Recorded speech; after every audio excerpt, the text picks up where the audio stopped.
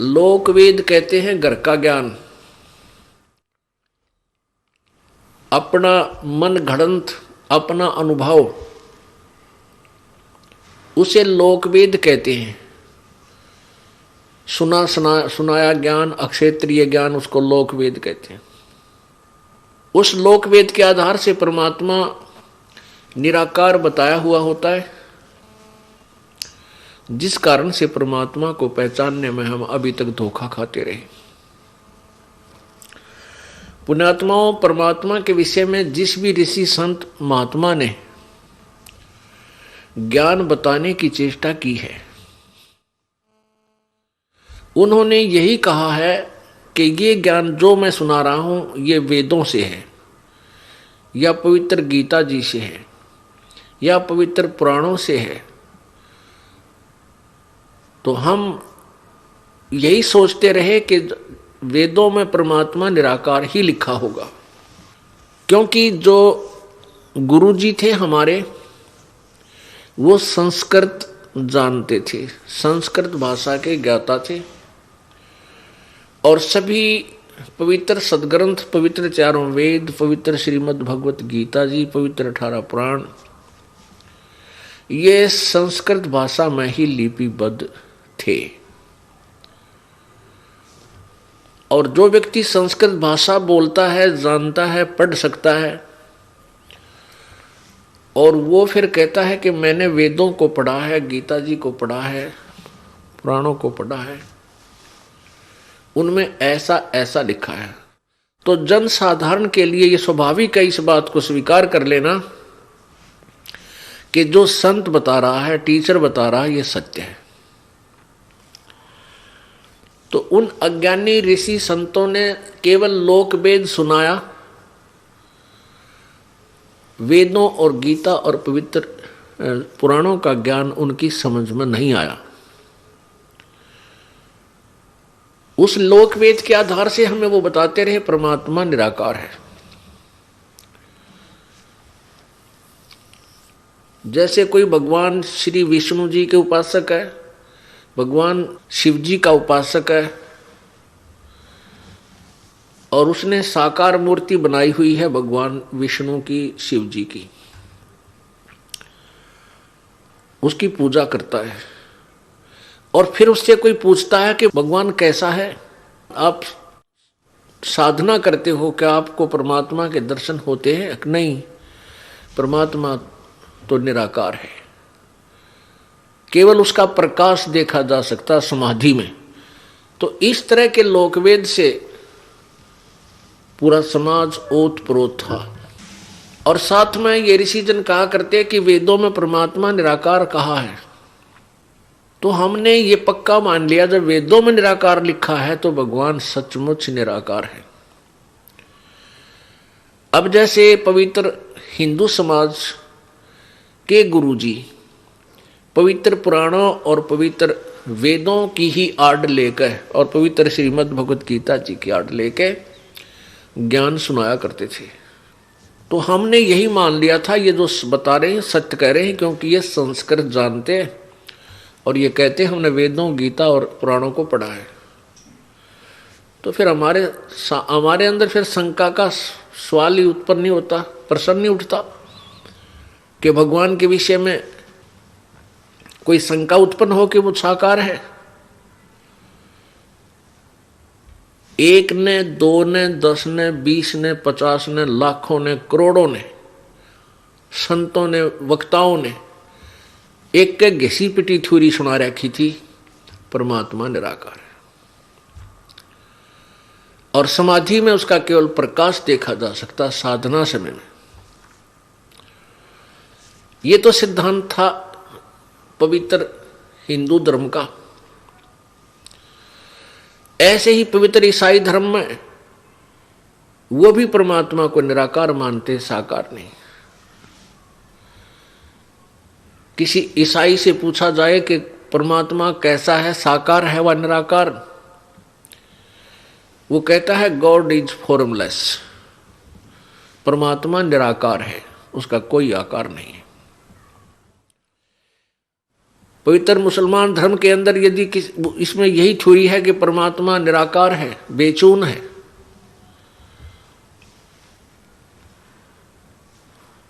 और पुण्यात्माओं हमारे सभी सदग्रंथ कहते हैं परमात्मा साकार है, सशरीर है, मनुष्य जैसा आकार है, और उसका नाम कबीर है। और फिर जिन पुण्यात्माओं को परमात्मा प्राप्ति हुई उन्होंने भी परमात्मा को साकार बताया। एक देशीय बताया है, एक स्थान पर सतलोक के अंदर विराजमान है।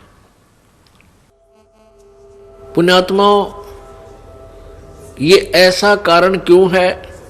क्योंकि काल भगवान नहीं चाहता कि इस मनुष्य को, इस प्राणी को परमात्मा के वास्तविक अस्तित्व का ज्ञान हो, परमात्मा की वास्तविक स्थिति से ये परिचित हो। इसलिए इसने सभी समाज को भ्रमित कर दिया और लोक वेद के ऊपर आधारित कर दिया। परमेश्वर कबीर जी स्वयं आकर के अपनी महिमा आप बताते हैं, और आप ही वो दास बनते हैं, आप ही वो मालिक हैं, कुल सृजनहार हैं, और स्वयं ही वो तत्वदर्शी संत की भूमिका करने आते हैं, और स्वयं ही वो एक नेक नागरिक होते हैं, स्वयं ही एक नेक शिष्य की भूमिका करते हैं, और स्वयं ही एक वास्तविक दास की भूमिका करते हैं। आप पे आरती, आप पे साजे, आप पे किंगर, आप पे बजे, आप पे ताल झां जनकारा, आप नचे आप देखनारा। कहे कबीर ऐसी आरती गाऊं, आपा मध्य आप समाऊं। तो उस परमेश्वर ने आकर बताया है कि ये जो भोली आत्मा है, तत्व ज्ञान से अपरिचित हैं, इन नकली ऋषियों और गुरुओं के ज्ञान के आधार से वो साधना शास्त्र विरुद्ध कर रहे हैं, उनकी ऐसी स्थिति है। पीछे लग गया जाऊं था मैं लोक वेद के साथ, रस्ते में सतगुरु मिले भाई दीपक दे दिया हाथ। लोक वेद होता है सुना सुना ज्ञान। जैसे हम पवित्र हिंदू धर्म में जन्म होने के कारण रामकृष्ण की पूजा करते थे, कोई हनुमान जी की पूजा, कोई बाबा श्याम जी की पूजा की, देवी की पूजा, कोई भैरव भूत बैतालों की पूजाएं, कई तीर्थों पे कई मंदिरों में जाते थे। जिस ज्ञान से आधार से हम ये पूजाएं करते थे वो लोक वेद था, शास्त्र अनुकूल ज्ञान नहीं था। तो परमात्मा कहते हैं कि पीछे लग गया जाऊं था, एक जनसाधारण को बता रहे हैं आप जी, और हमारे लिए वो प्रमाण दे रहे हैं कि पीछे लग गया जाऊं था मैं लोक वेद के साथ, और रास्ते में सतगुरु मिल गए,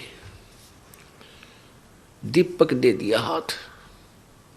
सतगुरु तत्वदर्शी संत, सच्चा गुरु, सतगुरु माने सच्चा गुरु, पूर्ण संत मिल गए। तो उन्होंने तत्व ज्ञान रूपी टॉर्च, तत्व ज्ञान रूपी ये दीपक हमें दे दिया। हम उस तत्व ज्ञान, वास्तविक ज्ञान, शास्त्र अनुकूल ज्ञान के आधार से अब इसकी रोशनी में अब हम शास्त्र अनुकूल साधना कर रहे हैं। हम मनमाना आचरण नहीं कर रहे। तो परमात्मा हमें बता रहे हैं कि जब तुम्हें संत मिल जाएंगे फिर तुम्हारी ये लोक वेद की धारणा छूट जाएगी। जैसे ये दास पहले श्री रामकृष्ण के पुजारी था, विष्णु जी शंकर भगवान के पुजारी था, हनुमान जी का पुजारी था, मंगलवार का व्रत रखता था, और 100 रुपये का प्रसाद मंगलवार न बांट दिया करता। तो कोई भी घर में जैसे लाभ होता था तो भगवान रामकृष्ण, विष्णु, शिव जी या बाबा श्याम जी, हनुमान जी को क्रेडिट देते थे, इन्होंने हमारे ये लाभ दिया। अब जब हमें तत्व ज्ञान प्राप्त हुआ तो पता चला कि ये कुछ भी नहीं दे सकते। ब्रह्मा विष्णु महेश, राम कृष्ण और हनुमान जी, श्याम जी आदि जो भी ये देव हैं ये हमें कुछ नहीं परिवर्तन कर सकते, केवल हमारा किया हुआ कर्म ही दे सकते। वो कौन सा कर्म? पूर्व जन्म का, और इसके अंदर वो कोई परिवर्तन नहीं कर सकते। प्रारब्ध में जो लिखा है वही दे सकते, इससे अतिरिक्त वो कुछ परिवर्तन नहीं कर सकते। केवल एक परमेश्वर है पूर्ण ब्रह्म, जो हमारे भाग्य में भी परिवर्तन कर देता है। अब हमें पता चल गया, इसलिए हम उस लोक वेद के आधार से भटक नहीं सकते। अब आपको दिखाते हैं कि परमात्मा कैसा है, साकार है व निराकार है। कबीर परमेश्वर जब आए थे, अपनी महिमा, अपनी वाणी, अपना तत्वज्ञान स्वयं ही लोकोक्तियों के माध्यम से, दोहों के माध्यम से, कविताओं के माध्यम से स्वयं ही आवाज लगा लगा कर सुनाया करते थे, और उस ज्ञान को लिपिबद्ध कर लिया, लिख लिया। वो पांचवा वेद है, वो सूक्ष्म वेद है, वो सच्चिदानंद घन की वाणी है। उसके अंदर ओवरऑल कंप्लीट स्पिरिचुअल नॉलेज है, उसके अंदर कंप्लीट ज्ञान है, धार्मिक आध्यात्मिक ज्ञान है, जो वेदों और गीता जी में भी नहीं है। उससे आगे का ज्ञान है, वो तो है ही है, उससे आगे का और ज्ञान है जो वेदों और गीता में नहीं है। जैसे पवित्र गीता जी अध्याय नंबर 4 के श्लोक नंबर 34 में कहा है कि जो अध्याय नंबर 4 के श्लोक 32 में जिस सच्चिदानंद घन की वाणी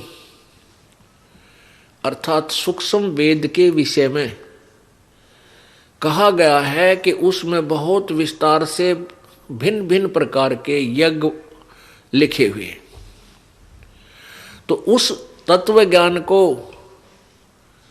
उस सच्चिदानंद घन की वाणी को तू किसी तत्वदर्शी संतों के पास जाकर समझ, उनको दंडवत प्रणाम कर, कपट छोड़कर अपने समस्या का समाधान करवा, प्रसन्न कर, फिर वह तत्वदर्शी संत तुझे उस परम तत्व का ज्ञान करावेंगे। इसे सिद्ध है कि गीता ज्ञान से भिन्न कोई और ज्ञान है, अन्यथा गीता जी का ज्ञान तो गीता ज्ञान दाता भगवान बता ही रहा था। उसने कहा है कि उस परमेश्वर की वाणी में, सच्चिदानंद घन की वाणी में, उनके मुख से उच्चरित वाणी में ये ज्ञान बहुत ही विस्तार से लिखा हुआ है। बहुत सी यज्ञों के बारे में, यज्ञ माने धार्मिक अनुष्ठानों के विषय में लिखा हुआ है। उस ज्ञान को तू तत्वदर्शी संतों के पास जाकर समझ। इसे सिद्ध है कि गीता जी का ज्ञान कंप्लीट नहीं है, संपूर्ण नहीं है, लेकिन गलत नहीं है। जैसे एक 8वीं कक्षा तक का सिलेबस होता है, वो गलत नहीं है, उसे आगे और क्लासेज हैं, उनका सिलेबस पाठ्यक्रम और आगे है, तो ऐसे समझना है। इसी प्रकार पवित्र यजुर्वेद अध्याय नंबर 40 के श्लोक नंबर 10 से लेकर 13 तक इसमें स्पष्ट किया है कि उस परमात्मा के विषय में कोई तो निराकार कहता है, जन्म लेने वाला, कोई न उत्पन्न लेने वाला, होने वाला। उसके विषय में वास्तविक ज्ञान तो तत्वदर्शी संत ही सुनाएंगे, उनसे सुनो। तो इसे सिद्ध हुआ कि पवित्र वेदों का ज्ञान भी कंप्लीट नहीं है, इनकम्प्लीट है, लेकिन रॉन्ग नहीं है, अधूरा है, लेकिन गलत नहीं कह सकते। अपने सूक्ष्म वेद में दिए हुए ज्ञान में कबीर परमेश्वर ने कहा है, वेद मेरा भेद है, मैं ना वेदन के माही, जौन वेद से मैं मिलूं वो वेद जानते नाही। ये चारों वेद, ऋग्वेद, यजुर्वेद, सामवेद और अथर्ववेद, ये चारों वेद मेरी ही महिमा सुना रहे हैं, लेकिन इन चारों वेदों में वर्णित विधि से मेरी प्राप्ति नहीं हो सकती, क्योंकि पवित्र गीता जी अध्याय नंबर 8 के श्लोक नंबर 13 में गीता ज्ञानदाता ब्रह्म ज्योति निरंजन ये काल श्री कृष्ण जी में प्रवेश करके बोल रहा है, कह रहा है कि मेरा तो एक ओम मंत्र है। ओम इति एकाक्षरम ब्रह्म व्यवहारन माम अनुशमरन ये प्रयाति तजन देहम स याति परमाम गति। मेरा एक ओम नाम है, मुझ ब्रह्म का एक ओम नाम है, एक ओम अक्षर, एक अक्षर ओम, बस यही एक मंत्र है। इसका जो अंतिम श्वास तक सिमरण करता है वो परम गति को प्राप्त होता है। अपने सतर की उपलब्धि बता रहा है कि मेरे सतर की उपलब्धि तो इस ओम नाम से होगी। गीता जी अध्याय नंबर 8 के श्लोक नंबर 5 और 7 में गीता ज्ञानदाता कहता है, अर्जुन तो मेरी भक्ति कर, मुझ में मन वाला हो, मुझे ही प्राप्त होगा, और युद्ध भी कर। फिर गीता जी अध्याय नंबर 8 के ही श्लोक नंबर 8, 9, 10 में किसी अन्य सच्चिदानंद घन परमात्मा के विषय में कहा कि उसकी भक्ति करेगा तो उसको प्राप्त होगा। वो सच्चिदानंद घन यानी परम अक्षर ब्रह्म परम द्यू पुरुष वो कौन है? गीता जी अध्याय नंबर 7 के श्लोक नंबर 29 में गीता ज्ञानदाता ने कहा कि अर्जुन, जिस व्यक्ति को तत्ब्रह्म के विषय में जानकारी होगी और संपूर्ण अध्यात्म ज्ञान के विषय में जो समझ लेगा तत्वदर्शी संतों से ज्ञान समझकर, उसके पश्चात वो व्यक्ति केवल जरा मरण से छूटने का ही प्रयत्न करते हैं। जरा माने बुढ़ापा, मरण माने मृत्यु। पुण्यात्माओं, इस मनुष्य शरीर के सबसे बड़े 2 दुश्मन हैं, एक तो बुढ़ापा और एक या मृत्यु। और ये दोनों कंपलसरी, ये दोनों दुख त्यार धरे अपने सबके साथ होंगे। लेकिन तत्व ज्ञान के आधार से ये पता चल जाता है कि एक ऐसा स्थान है जहां जाने के बाद फिर ये जन्म मृत्यु कभी नहीं होती, और वहां ऐसा ही आपका वहां पर ऐसा ही निवास होगा। एक बार वहां आपका जन्म होगा, उसके बाद मृत्यु कभी नहीं होगी और ना बुढ़ापा आएगा। तो वो व्यक्ति केवल जरा मरण से छूटने का ही प्रयत्न करते हैं, इस काल के लोक की किसी वस्तु की इच्छा नहीं करते। गीता जी अध्याय नंबर 7 के श्लोक 29 में कहा है। 7वें अध्याय में केवल 30 श्लोक है।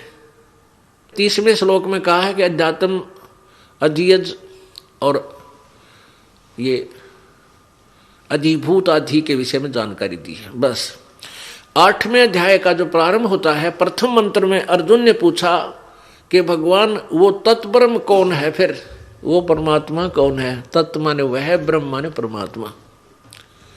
वो तत्ब्रह्म कौन है जिसके विषय में जानकारी होने के बाद फिर जरा मरण से छूटने का प्रयत्न करते हैं? तो ऐसा वो भगवान कौन है? किम तत्ब्रह्म? अब गीता ज्ञानदाता ने इसका उत्तर दिया है 8वें अध्याय के 3 श्लोक में कि वो परम अक्षर ब्रह्म है। यानी गीता ज्ञानदाता से अन्य कोई और शक्ति है जो परम शक्ति है, जो पूजा के योग्य है, और उसी की भक्ति से जन्म मृत्यु का छुटकारा हो सकता है। गीता जी अध्याय नंबर 18 के श्लोक नंबर 62 में कहा कि अर्जुन तू सर्वभाव से उस परमेश्वर की शरण में जा जिसकी कृपा से तू परम शांति और शाश्वत स्थान यानी सनातन परम धाम, शाश्वत माने सदा रहने वाला, अविनाशी, स्थानम माने लोक धाम, उस सतलोक को प्राप्त होगा। इसे सिद्ध है कि गीता ज्ञान दाता से कोई और सुप्रीम पावर है जिसकी साधना से जीव का पूर्ण मोक्ष होगा।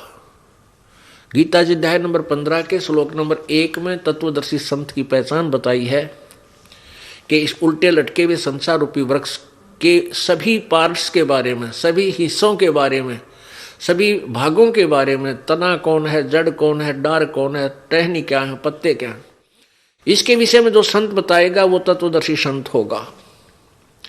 फिर 15वें अध्याय के 4 श्लोक में कहा कि उस तत्वदर्शी संत के प्राप्ति के पश्चात उस परमेश्वर के परम पद की खोज करनी चाहिए, जहां जाने के बाद जीव फिर लौटकर संसार में कभी नहीं आते, अर्थात वो पूर्ण मोक्ष प्राप्त करते हैं।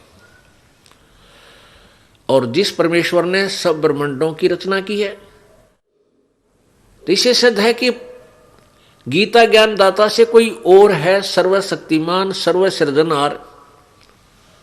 ये पवित्र गीता जी हमें बता रही है। तो जैसे गीता जी अध्याय नंबर 8 के श्लोक नंबर 13 में गीता ज्ञान दाता ने अपने विषय में बताया कि मेरी भक्ति करनी है तो मुझे प्राप्त होगा, उसका ओम मंत्र है, और मेरे वाली परम गति को प्राप्त होगा। अपनी परम गति को 7वें अध्याय के 18वें श्लोक में गीता ज्ञान दाता कहता है कि मेरी गति भी अनुत्तम है। अनुत्तम माने अश्रेष्ठ, व्यर्थ। इसलिए तो 18वें अध्याय के 62वें श्लोक में कहा कि सर्वभाव से उस परमेश्वर की शरण में जा, जिसकी कृपा से तू परम शांति और शाश्वत स्थान को प्राप्त होगा, यानी सनातन परम धाम को, सनातन धाम सतलोक को प्राप्त हो जाएगा। तो उसकी साधना उसके पाने की विधि ना गीता जी में ना वेदों में।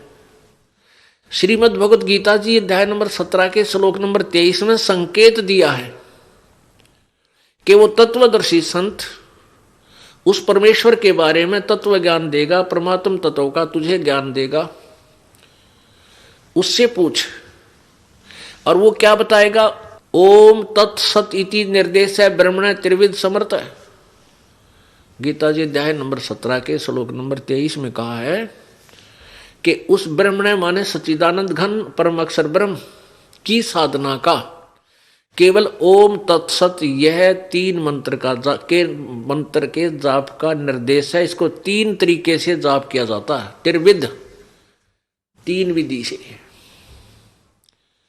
ओम तो ब्रह्म का, और तत् ये परब्रह्म का मंत्र है, और सत ये पूर्ण ब्रह्म का, परम अक्षर ब्रह्म का। ये तत् और सत ये दोनों सांकेतिक हैं, ये वास्तविक मंत्र नहीं है। केवल ओम मंत्र वास्तविक मंत्र है, जो ब्रह्म तक की साधना का श्रेष्ठ मंत्र है, जाप है। तत् और सत ये सांकेतिक हैं, वो तत्वदर्शी संत ही बता सकता है। वो तत्वदर्शी संत परमेश्वर स्वयं आए थे, लेकिन उन्होंने इस मंत्र को गुप्त छुपा रखा था कि अभी नहीं बताना, क्लियर नहीं करना, डिक्लेयर नहीं करना, इसको सार्वजनिक नहीं करना था। आज से 600 वर्ष पहले प्रभु ने अपनी प्यारी आत्मा धर्मदास जी से कही थी, धर्मदास तो 1,00,000 दोहाई और ये सार शब्द कहीं बार ना जाए। सार शब्द बार जो पढ़ी और बिचली पीढ़ी हंस नहीं तरही। यदि ये सार शब्द, ये वास्तविक मंत्र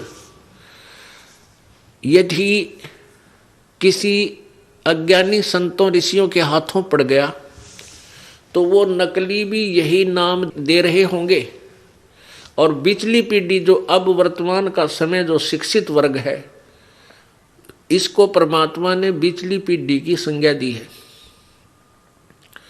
और कहा कि बिचली पीढ़ी जब आओगी तब हम इस ज्ञान को, तत्व ज्ञान को, तत्व और सार नाम को सार्वजनिक करेंगे, क्योंकि उस समय शिक्षित पीढ़ी होगी, सदग्रंथों को आंखों देखकर तुरंत मान जाएगी।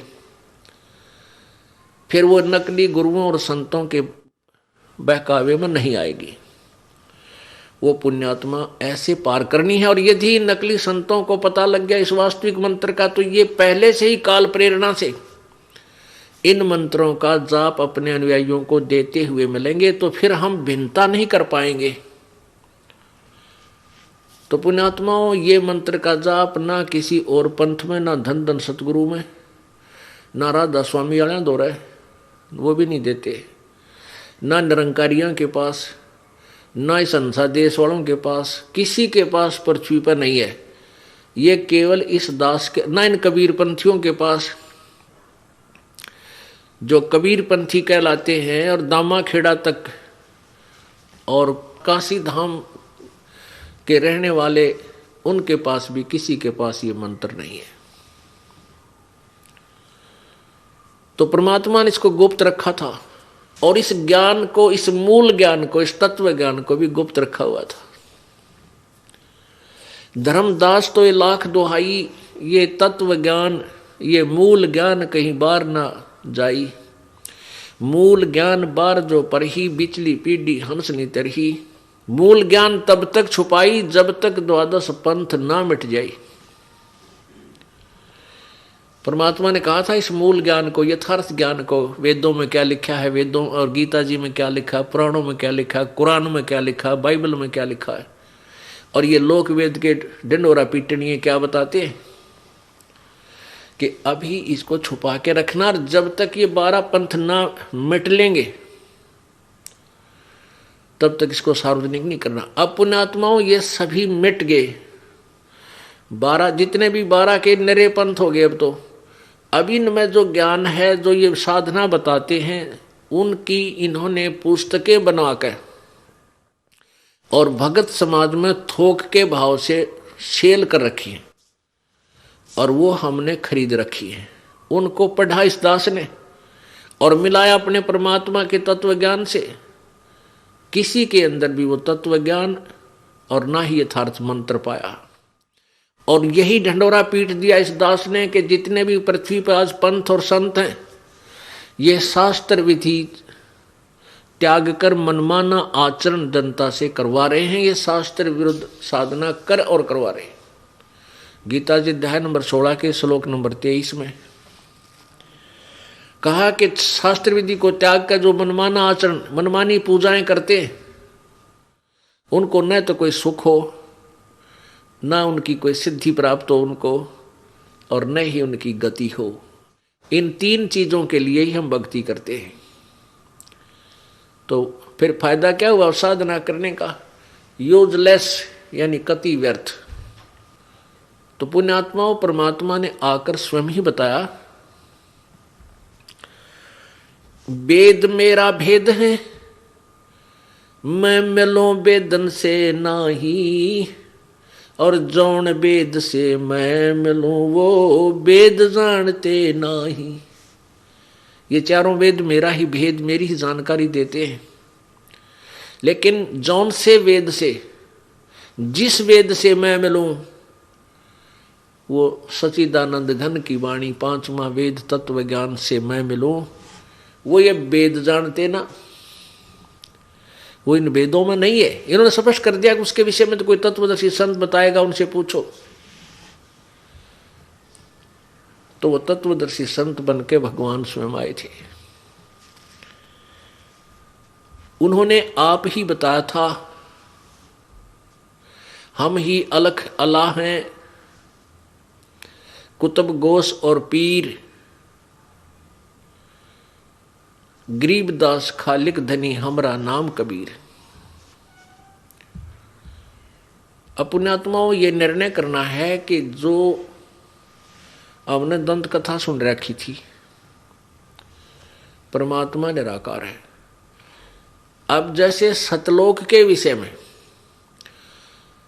किसी भी अन्य शास्त्र में ज्ञान नहीं, सतलोक, अलखलोक, अगमलोक, अनामी लोकों के बारे में और किसी भी शास्त्र में ज्ञान नहीं, केवल कबीर साहब की वाणी यानी 5वें वेद में ज्ञान है, सूक्ष्म वेद में, इस तत्व वेद में ज्ञान है। इस तत्व वेद के ज्ञान को पढ़ लिया एक शिवदयाल जी नामक भक्त ने। एक शिवदयाल नामक लाला जी थे, आगरा की पन्ना गली में रहते थे।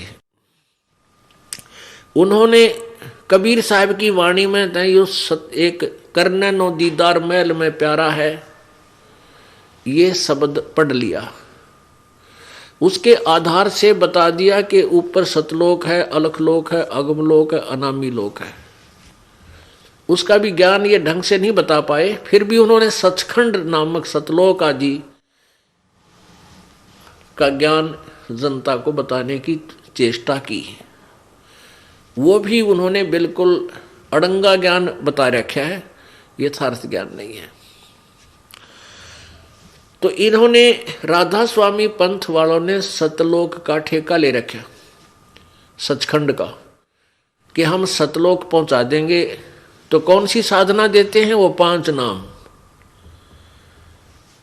वो 5 नाम कौन है? ओंकार, ज्योति निरंजन, निरंकार और सोहम और सतनाम। ये 5 नाम राधा स्वामी पंथ वाले देते हैं। ये भी 3 नाम नहीं है, ये भी वो मंत्र नहीं है। इसे सिद्ध है कि पूरा राधा स्वामी पंथ यूजलेस साधना कर रहा है। ऐसे धन धन सतगुरु वाले, सच्चा सौदा सिरसा में, जगमाल वाली वाले, ये 3 नाम देते हैं। इस राधा स्वामी पंथ से ही निकले हैं ये। इन्होंने अपने नाम बदल लिए, इन्होंने के नाम रख लिए उपदेश के नाम जाप करने के, सतपुरुष, अकाल मूर्त और शब्द स्वरूपी राम। सतपुरुष, सतपुरुष, शब्द स्वरूपी राम और अकाल मूर्त, ये 3 नाम जाप को देते हैं। ये कोई मंत्र है? वो 3 नाम का जाप है ओम तत्सत। ओम ब्रह्म का जाप है, तत् ये परब्रह्म का, ये सांकेतिक जाप है, और सत्य ये पूर्ण परमात्मा का, ये भी सांकेतिक गुप्त है, जो ये दास बता सकता है। और कोई अधिकारी ही नहीं है। मान ले किसी भक्त ने नाम ले लिया और वो कहीं नाम देने लग जाता है तो वो पाप का भागी है, अपराधी है, परमात्मा उसे माफ नहीं करेगा, क्योंकि अधिकारी नहीं है वो। जैसे कबीर परमेश्वर आए थे, 64 लाख से सोए थे उनके, वो स्वयं ही तत्वदर्शी संत और गुरु की भूमिका कर रहे थे। तो उन्होंने किसी को भी अधिकार नहीं दिया था नाम देने का कि तू नाम दे। कोई भी अन्य अधिकारी नहीं बनाया था कि उपदेश देने का, वो स्वयं ही नाम देते थे।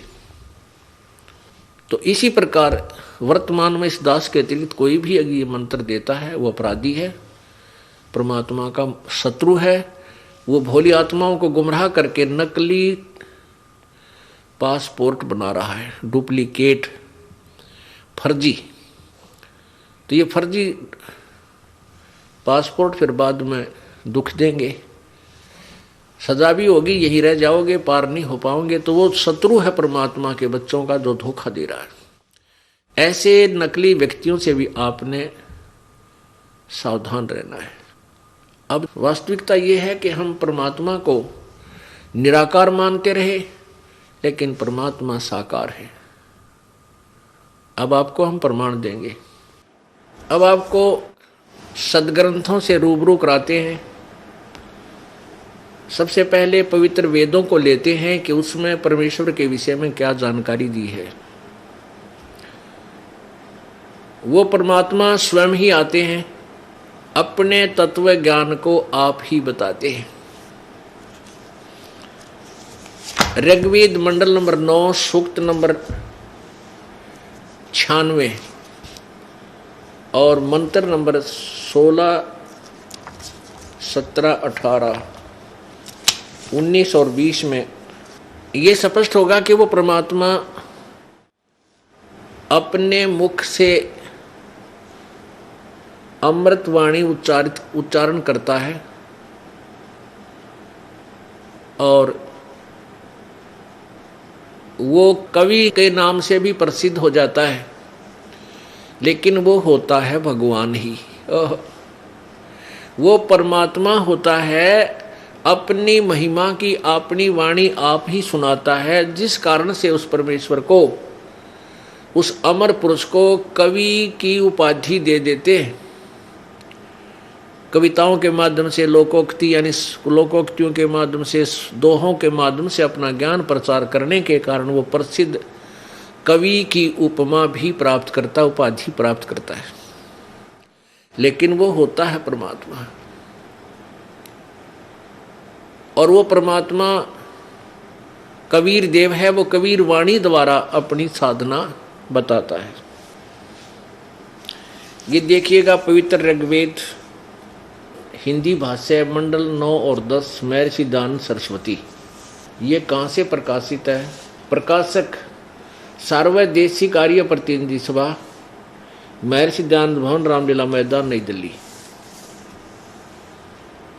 ऋग्वेद आर्य भाषा भाष्य महर्षि दानंद सरस्वती कृत। मुद्रक हैं Prince offset printers 1510 Pataudi house Daryaganj नई दिल्ली। अब इसमें हम आते हैं मंडल नंबर 9 के सूक्त नंबर 96 में, और मंत्र नंबर 16 से आपको परिचित कराते हैं। देखिएगा, ऋग्वेद मंडल नंबर 9 सूक्त 96 मंत्र नंबर 16। इसमें वेद ज्ञान दाता ब्रह्म कह रहा है कि हे परमात्मन, हे परमात्मा, सर्वोपरि रहस्य श्रेष्ठ नाम, ये संस्कृत है ब्रैकेट में जो यहां लिखा है, सब आयुध है, श्रोत्र भी पुयमान अभर्ष गुहम चारु नाम। इसका अनुवाद किया इस नाम का, हे परमात्मा, परमात्मन अर्थात हे परमात्मा, सर्वोपरि रहस्य यानी गुप्त, जो आपका श्रेष्ठ, जो तुम्हारी संज्ञा है। यहाँ नाम का इन्होंने संज्ञा लिख दिया, नाम ही लिखना चाहिए था। जो आपका श्रेष्ठ नाम है आप उसका ज्ञान कराएं, अपना वास्तविक नाम हमें बताएं, आपका वास्तविक नाम क्या है। आगे देखो, अब यहाँ हम ज़्यादा ना पढ़ के यहीं आएंगे। अब 17वें में क्या बताया है, उस परमात्मा का वास्तविक नाम बताया है। शिशु जगानम, शिशु जगानम हर्यतम मर्जंती सुबंती वहीन मरुत मरुतो गणेन। ये है कबीर गिरभी, कबीर ऊपर रह लाग रहे हैं छोटे छोटे, आधे रहे ऊपर लगे। कबीर गिरभी कावेना कबीर संत सोम, ये कवि ही कह ले, उसको कबीर बोलो। कवि संत सोम पवित्र अत्यति रेभन। इन्होंने क्या अनुवाद किया है, इससे इसके अनुवाद से आपका विश्वास होगा, फिर ये दास करके दिखाओगा। इसमें लिखा कि शिशुम जगानम, इन्होंने संस्कृत लिखने की चेष्टा की है। उस परमात्मा को, शिशुम का अर्थ लिखा है इन्होंने उस परमात्मा को जो सदा प्रगट है, जो अत्यंत कामनीय है, उसको उपासक लोग बुद्धि विषय करते हैं और उसकी स्तुति द्वारा उसके गुणों का वर्णन करते हैं, और विद्वान लोग उस गतिशील परमात्मा का गुणों के गणों द्वारा वर्णन करते हैं। और कवि लोग, इन्होंने इसका अर्थ लिख दिया कवि। इनका ये कबीर, कबीर गिरभी, इसके दो भाग कर दिए, कवि कवि लोग, गिरभी माने वाणी द्वारा। हम इसको लिख देते हैं कबीर वाणी द्वारा। ये कबीर है, हम इसको कबीर, कबीर वाणी द्वारा। इन्होंने कवि का अर्थ कवि लोग लिख दिया, हम लिख दें कबीर गिरभी, कबीर वाणी द्वारा। कावेना,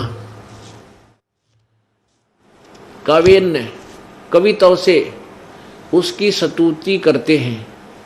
सोम स्वरूप पवित्र वह परमात्मा कारणवस्था में अति सूक्ष्म प्रकृति को गर्जता हुआ अतिक्रमण करता है। आगे देखो, 17वें में स्पष्ट किया उसका नाम क्या है। वह सोम रूप परमात्मा, पालन की इच्छा करता हुआ जो महान परमात्मा।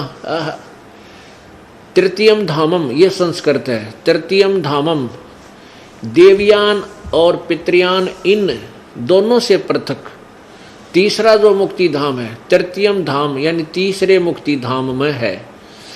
मैं विराजम, उसमें विराजमान है। ये ज्ञान योगी इसने अनुवाद करता ना अपनी तरफ से घोषोड़ दिया, क्योंकि इसे हमने ये सिद्ध करना है कि वो परमात्मा किसी एक स्थान पर विराजमान है, तृतीयम धाम में, तीसरे धाम में रहता है। या नीचे आओ, अब 20 में क्या लिखा है। वह परमात्मा जिस प्रकार एक संघ को उसका सेनापति प्राप्त होता है, उसी प्रकार ब्रह्मांड रूपी कोश को प्राप्त होता है, होकर उच्च स्वर से गरजता हुआ इस ब्रह्मांड रूपी विस्तृत प्रकृति खंड में भली भांति प्रविष्ट होता है। यानी वो परमात्मा कहीं से चलकर आता है, फिर इस ब्रह्मांड में प्रविष्ट होता है, और जैसे कि एक मरिय माने मनुष्य सोबर शरीर को धारण करता हुआ अत्यंत गतिशील पदार्थों के समान प्राप्ति के लिए गतिशील होता हुआ धनों के लिए कटिबद्ध होता है। अब इन्होंने ज्ञान तो क्या था ही नहीं, खाओ से दड़ी पीवा था, दड़ी पक्का दूध और दंड पे लिया करता है, दान क्या का बेरा नहीं था, इसने केवल संस्कृत भाषा जाने था। वैसे तो ये 9वां मंडल का अनुवाद इस महर्षि दानंद का कराया हुआ नहीं है, लेकिन इसके नाम से ये वेद व्याख्या करते तो इनके अनुयायियों ने यह भी तगड़म्बा ये भी इसके साथ फीत लगा दी 9वें और 10वें मंडल का कि दानंद जी ने अनुवाद किया। वास्तव में इसने अनुवाद नहीं किया इसका। ये देखिएगा, एक प्रमाण दिखाते हैं आपको। ऋग्वेद भाष्यम भाषाकार हैं महर्षि दानंद सरस्वती, मंडल 1 से 6। महर्षि दानंद ने केवल ऋग्वेद का 1 से 6 मंडल का अनुवाद किया है। उसके बाद श्रीपाद दामोदर 7वें लेकर 7 से 10, यानी 1 से 6 तो दानंद ने किया, फिर इसकी मृत्यु होगी। उसके बाद 7 से 10 मंडल जो है इसके शेष ये अन्य इन आचार्यों ने किए हैं अपने अपने हिसाब से, अपनी अपनी सोच के अनुसार। तो कहने का भाव ये है कि इनको ना तो कहने का ज्ञान था और न ही ये भगवान को साकार मानते। वेद में लिखा कि वो परमात्मा तीसरे मुक्ति धाम में विराजमान है और वहां से चलकर गतिशील होकर और एक बहुत बड़े समुदाय को जैसे सेनापति होता है, यानी गुरु रूप में बहुत से बड़े जन समूह का नेतृत्व करता है, और जैसे मनुष्य शरीर धारण करता हुआ है, यानी परमात्मा परमेश्वर कबीर जी का सतलोक के अंदर एक बहुत तेजोमय शरीर है।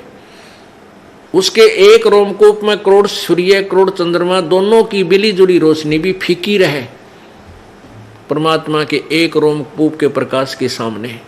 इतना तेज है वहां भगवान का।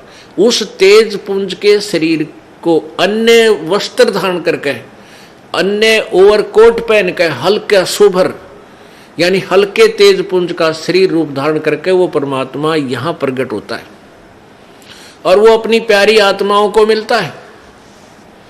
अब देखो ये सी ऋग्वेद, ये वही ऋग्वेद है, मंडल नंबर 9 और सूक्त नंबर आपको 86 दिखाते हैं। 86 यही ये प्रमाण देता है कि वो परमात्मा अपनी प्यारी आत्माओं को, श्रेष्ठ आत्माओं को आकर के मिलता है।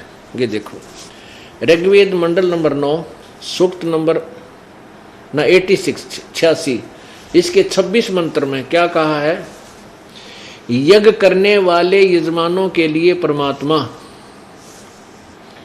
सब रास्तों को सुगम करता हुआ, उनके विघ्नों को मर्दन करता हुआ, नष्ट करता हुआ, उनको पवित्र करता हुआ और अपने रूप को सरल करता हुआ, अपने वास्तविक रूप को हल्का करता हुआ, वह कांति में परमात्मा। इन्होंने इस कबीर शब्द का कवि सर्वज्ञ कर दिया। कवि का अर्थ सर्वज्ञ नहीं होता, ना कोई कवि सर्वज्ञ हो सकता। विद्युत के समान क्रीड़ा करता हुआ वर्णीय पुरुषों को प्राप्त होता है। वर्णीय यानी श्रेष्ठ भक्तों को आकर मिलता है वो परमात्मा।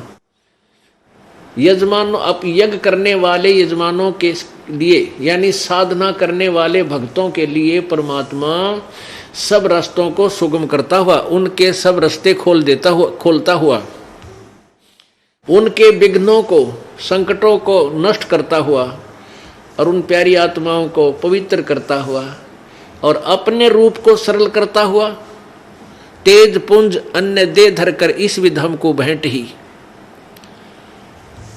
वह कांतिमान परमात्मा, वैसे हम इसको कबीर कहें तो अच्छा रहे, विद्युत के समान, यानी जैसे बिजली एक सेकंड में चमक कर नीचे आ जाती है, ऐसे तीव्र गति से वो चलता है क्रीड़ा करता हुआ, और श्रेष्ठ भक्तों को प्राप्त होता है, वर्णीय पुरुषों को प्राप्त होता है, वहां से आकर उनको मिलता है।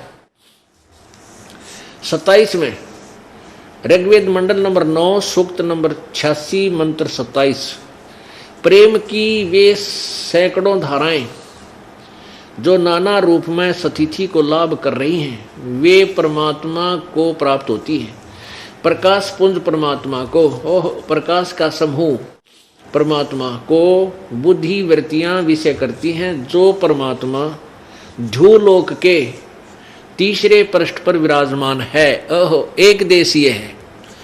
ध्रुवलोक माने उस सतलोक के, इस ब्रह्मांड के, ध्रुवलोक माने ब्रह्मांड के, जैसे 3 लोक हैं, ब्रह्मलोक, ब्रह्म का लोक, 21 ब्रह्मांड, परब्रह्म के लोक, 7 संख्य ब्रह्मांड, उनसे तीसरे पृष्ठ पर विराजमान। इससे हम ये लेना चाहते हैं कि परमात्मा साकार है और एक स्थान पर रहता है, वह प्रकाश रूप है, यानी बहुत तेजों में शरीर युक्त है। अब ऋग्वेद मंडल नंबर 9 सूक्त नंबर 82 इसके हम आपको 3 श्लोक सुनाते हैं, क्लियर हो जाएगा। देखिएगा, ऋग्वेद मंडल नंबर 9 सूक्त नंबर 82 और मंत्र नंबर 1, जो सर्वोत्पादक प्रभु यानी सबका की उत्पत्ति करने वाला, रचने वाला परमात्मा, प्रकाश रूप, सद्गुणों की वृष्टि करने वाला, पापों के हरण करने वाला, वह राजा के समान, राजेव राजा के समान, राजा के समान दर्शनीय है, साकार है। वह पृथ्वी लोक लोकांतर के चारों ओर शब्दमान हो रहा है। वह वर्णीय पुरुषों को, ओह वर्णीय माने श्रेष्ठ पुरुषों को, जो दृढ़ भक्त हैं यानी सच्चे भक्त हैं, उनको पवित्र करता हुआ प्राप्त होता है, उनको आकर मिलता है वो परमात्मा। जिस प्रकार विद्युत स्नेह वाले स्थानों को आधार बनाकर प्राप्त होता है, यानी वो परमात्मा जैसे बिजली गिरा करे ना अपने हिसाब से, ऐसे ही वो परमात्मा इतनी गति से सतलोक से चल कर आकर अपने भक्तों के पास प्रकट होता है, उनको ज्ञान समझाता है। आगे देखो दूसरा मंत्र, ऋग्वेद मंडल नंबर 9 और सूत्र नंबर 82 का मंत्र अब 2 देखते हैं। हे परमात्मन, उपदेश करने की इच्छा से आप, यानी यहाँ सच्चा ज्ञान देने के लिए आप महापुरुषों को प्राप्त होते हो, अच्छी आत्माओं को आकर मिलते हो, प्राप्त होते हो। आप अत्यंत गतिशील पदार्थ के समान हमारे आध्यात्मिक यज्ञ को प्राप्त होते हो, यानी बहुत तेज चलने की गति से हमारे पास आते हो। आप कबीर हैं, कवि सर्वज्ञ हैं, शुद्ध स्वरूप हैं। हमारे पापों को दूर करके हे सोम आप हमको सुख दें और प्रेम भाव को उत्पन्न करते हुए पवित्रता को उत्पन्न करें। आगे देखो, अब तीसरा मंत्र, पवित्र यज्ञों में रक्षा से आप प्राप्त होते हैं। पृथ्वी लोक आदि लोक लोकांतरों में गति करते हुए सर्वव्यापक आप, सर्वव्यापक अर्थ नहीं आपका, आप गति करते हुए आप स्वयं गतिशील होकर विराजमान होते हैं। अपने आत्माओं इन्होंने रट्टा ला रखा था, भगवान निराकार है, सर्वव्यापक है, वो कण कण में विद्वान है, कहीं एक देशीय नहीं है। और वे जिसको एक देशीय बता रहे हैं, मनुष्य सदृश बता रहे हैं, वहाँ से साकार बता रहे हैं, वहाँ से चल कर आता है। और श्रेष्ठ भक्तों को यानी विशेष पुण्यात्माओं को, जो उनके खास भक्त होते हैं, उनको मिलता है। वो परमात्मा किस किस को मिला इस कलयुग में? आदरणीय धर्मदास साहब जी को मिला बांधवगढ़ में, बांधवगढ़ के रहने वाले को मथुरा में, और आदरणीय मलुकदास जी को मिला, आदरणीय दादू साहब जी को मिले, आदरणीय गरीबदास साहब जी को मिले, आदरणीय नानक साहब जी को मिले। आदरणीय घीसा साहिब जी को मिले। वो परमात्मा स्वयं आकर के उनको मिले और उनकी आत्मा को सचखंड लेकर गए। वहाँ से सारा व्यवस्था उनको बताई, अपना पूरा परिचय दिया प्रभु ने। फिर उन प्यारी आत्माओं ने, उन पुण्य आत्माओं ने उस परमेश्वर का एफिडेविट दिया अपनी अमृतवाणी में, ये गवाही दी है कि वो परमात्मा साकार है, सतलोक में रहता है, उसका नाम कबीर है। और ये वही परमात्मा है जो बनारस में, काशी में आए थे।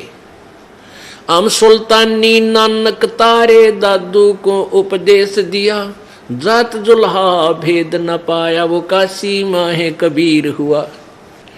अब ये तो सिद्ध हुआ कि परमात्मा सतलोक से चलकर आता है और वो राजा की तरह, मनुष्य की तरह दर्शनीय है, देखने योग्य है। वो अपने खास भक्तों को आकर मिलता है, अपना ज्ञान खुद को समझाता है। जो दृढ़ भक्त हैं, श्रेष्ठ आत्मा, फिर वो पुण्यात्मा औरों को बताते हैं और ढोल के डंके पर कहते हैं कि परमात्मा साकार है, वो कबीर है, सशरीर है, वो सतलोक में रहता है। अब पहले हम इन सदग्रंथों को क्लियर करते हैं और उसके बाद उन आँखों देखे महापुरुषों के विषय में जानकारी देंगे कि उन्होंने क्या बताया और सदग्रंथ क्या बताते हैं, उनका एक जैसा मेल है। अब जैसे विशेषकर इस कलयुग में, वर्तमान में एक महर्षि पाक रहा था, महर्षि दयानंद, और उसने वेदों के आधार से इतना ज्ञान फैला दिया। उनको महर्षि दयानंद को सभी वेदों का ज्ञाता लोक वेद से मानते थे। यथार्थ उनके बारे में जानकारी नहीं थी, लोक वेद था, सुनी सुनाई कथाएं थी। तो उन्होंने क्या बताया है भगवान को कि परमात्मा निराकार है। और ये महर्षि दयानंद जो है वेदों को सत्य मानता है कि वेदों में जो लिखा वो बिल्कुल सत्य है। और यहाँ तक लिखा अपने सत्यार प्रकाश नामक अनुभव की पुस्तक में कि जहाँ पर वेदों के विरुद्ध किसी की भी वाणी हो, किसी का भी ज्ञान हो, हमें स्वीकार्य नहीं है, चाहे वो मेरी ही क्यों ना हो। इसे सिद्ध है कि वेदों में जो लिखा वो फाइनल है, वो सत्य है।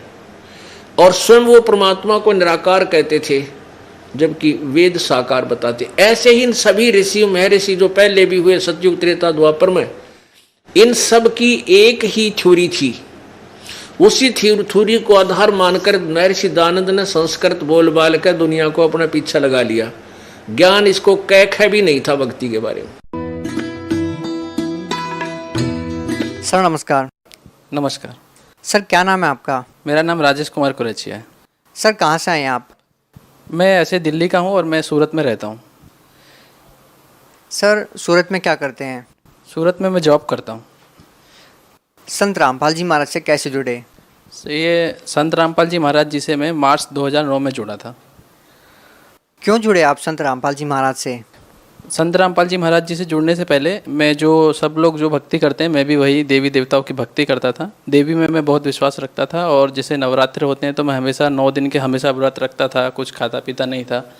और लेकिन जैसे उन व्रत के लिए जैसा सोचता था उनसे कुछ लाभ मिले, वैसे कुछ लाभ मेरे को मिलते नहीं थे।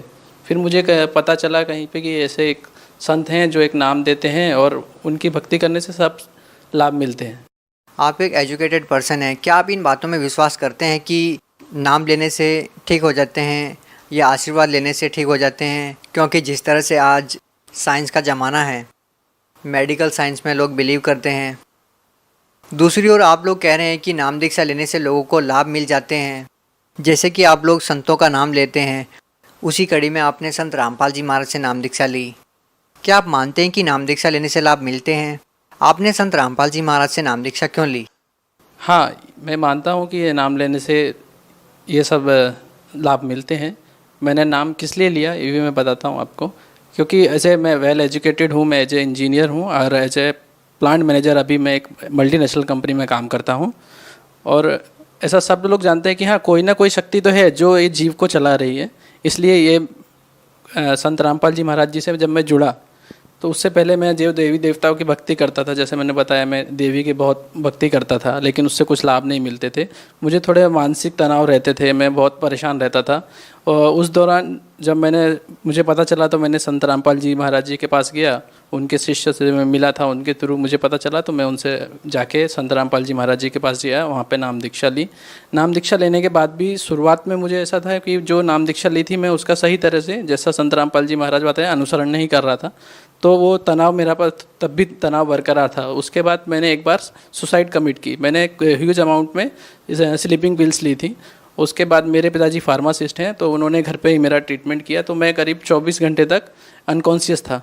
तो उस दौरान मुझे परमात्मा संत रामपाल जी महाराज जो हैं हमारे, उनके दर्शन हुए और वहाँ पे मुझे पता चला कि परमात्मा जो संत रामपाल जी महाराज हैं, उन्होंने दर्शन देके मुझे बताया कि बेटा ये सही तरीका नहीं है, हमको सही मुक्ति पानी है तो आध्यात्मिक ज्ञान को जानना होगा, सही प्रकार से उस आध्यात्मिक ज्ञान पे हमको चलना होगा, तभी हमारी मुक्ति हो सकती है। संत रामपाल जी महाराज हमेशा से दावा करते रहे हैं कि जो भी उनसे जुड़ेगा, उन्हें चाहे कैसे भी बीमारी हो, चाहे वो कितने भी सालों से कोई भी नशा करता हो, जो भी उनसे नाम दीक्षा लेगा वो बीमारी ठीक हो जाएगी, नशों से दूर हो जाएगा। क्या आप मानते हैं कि ये सही है? हाँ, ये सही है, क्योंकि पूर्ण परमात्मा जो होते हैं उन्हीं में ये शक्ति है कि वो हमारे सब विकारों को दूर करके और हमें सद रास्ता जो अच्छे रास्ते की ओर हमें ले जाते हैं। सर, आपकी नज़र में अच्छा और बुरा रास्ता क्या परिभाषा है? अच्छा रास्ता वो है जिसमें हम किसी को दुख नहीं पहुंचाते, हम किसी तरह का व्यसन नहीं करते हैं और परमात्मा की सही जो साधना है, शास्त्रों अनुकूल जो साधना है वो करते हैं। अब बात आती है सही और गलत साधना की। आपकी नज़र में सही और गलत साधना क्या है? सही साधना, जैसा कि हमारे शास्त्र बोलते हैं, वो सही साधना है, उसके अनुकूल चलना ये सही साधना है। देखिए, ये तो बात सत्य है कि लाखों लोग परेशान हैं, करोड़ों लोग परेशान हैं, बहुत सारी बीमारियों से पीड़ित है, किसी को आर्थिक परेशानी है और भक्ति भी कर रही हैं, उसके बावजूद भी लोगों को लाभ नहीं मिल रहा है। अब बात यदि सद्भक्ति की जाए और आपकी बात मान ली जाए कि आप सद्भक्ति कर रहे हैं, तो लोग आपसे ये जानना चाहेंगे कि आपको सद्भक्ति करने से संत रामपाल जी महाराज से नाम दीक्षा लेने के बाद क्या लाभ हुए हैं? संत रामपाल जी महाराज जी से दीक्षा लेने के बाद मुझे बहुत सारे लाभ हुए हैं। वैसे तो काफ़ी लाभ हैं, उनमें से कुछ एक लाभ मैं आपको बताता हूँ। मैं जब आर्थिक रूप से शुरुआत में जब मैंने इंजीनियरिंग ज्वाइन की, फ्रेशर था, तो मेरी जो सैलरी थी बहुत कम थी, घर से मेरा कोई सपोर्ट नहीं था, मैं सब कुछ अपने बलबूते पे कर रहा था। मैं दिल्ली में था, DMRC प्रोजेक्ट में काम कर रहा था, वहाँ से मेरा ट्रांसफ़र हुआ गुजरात के लिए। जब मैं गुजरात आया अपनी फैमिली के साथ, तो मैं 5,000 रुपये उधार लेके यहाँ पर आया था और मेरे पास कुछ नहीं था। सर, जब से मैंने संत रामपाल जी महाराज जी से ज्ञान उपदेश लिया है, तब से मेरी आर्थिक स्थिति इतनी अच्छी तरह सुधर गई है कि मैं आपको बता नहीं सकता हूँ। आज मेरे पास फ्लैट है, कार है। एक टाइम ऐसा था कि जब मेरे पास खुद के खाने के लिए पैसे नहीं थे, मैं उधार पैसा मांग के खाना खाता था।